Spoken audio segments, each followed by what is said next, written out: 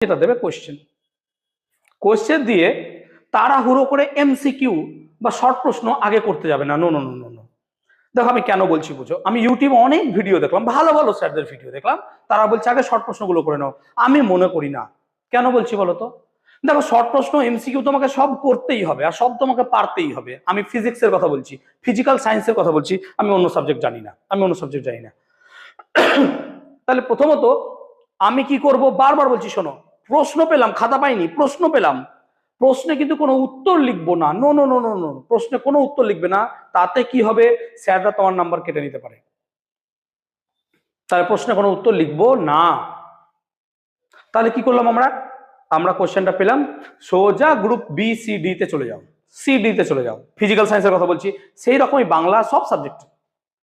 এবার তুমি আশা করছি যা পড়েছো তাতে কিছু হলেও তো কমন পাবে রে ভাই। তুমি খোঁজো আগে যেগুলো